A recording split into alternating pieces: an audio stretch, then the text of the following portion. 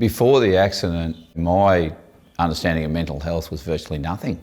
We probably knew we had people who were struggling, but we probably didn't care that much. We just turned up to work and do the job, and if you couldn't, piss off and go and work somewhere else. That was really our understanding of mental health then. 19 years ago, I went to work one Saturday afternoon, had a rock fall on me. I was seriously injured, critically injured.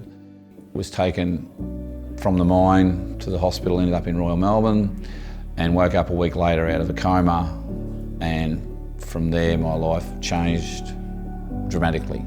I was never going to be able to basically do the job that I was doing.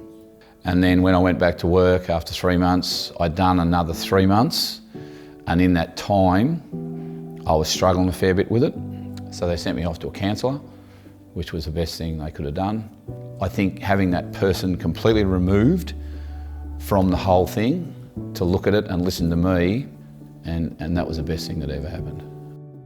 Tony has taught me how to be a strong leader. He's very firm and fair, but caring as well. He would see you in that roster. He would come down and walk all the jobs to see everybody and take the time just to talk. Without that accident, I would have been a very different foreman. I would have been more of the old harden, come on, just harden up. Just because that's how I was brought through the ranks. Spend a bit more time talking to them about what they've been doing on their days off and how their family is, rather than how many holes are you going to get bored today, are we going to get this cut away, and all this sort of stuff. At Mandalay, we really do believe in wellbeing.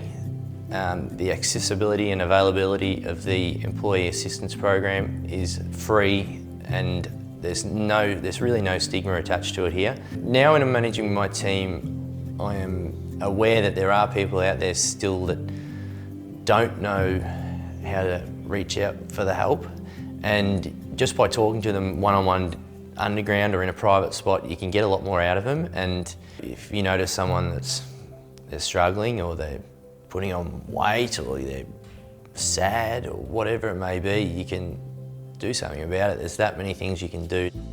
My advice to people managers in the manufacturing industry would be to listen and to care. The more you can talk to them and get to know them on a personal level, the more they'll open up. Wellbeing to me means looking after yourself, but you need to be looking after the people around you, and you need to be looking after your family. The main thing is to let people know they're not alone, and we're there to support them.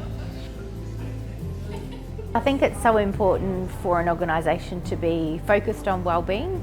Probably what I would really like to see more people do is actually be more caring and have more empathy. I'm quite interested in going forth and exploring the PERMA wellbeing survey a little bit more, and seeing if we can maybe introduce that into the workplace, getting a bit of a pulse check for our employees' wellbeing and their mental health, and seeing where they're at.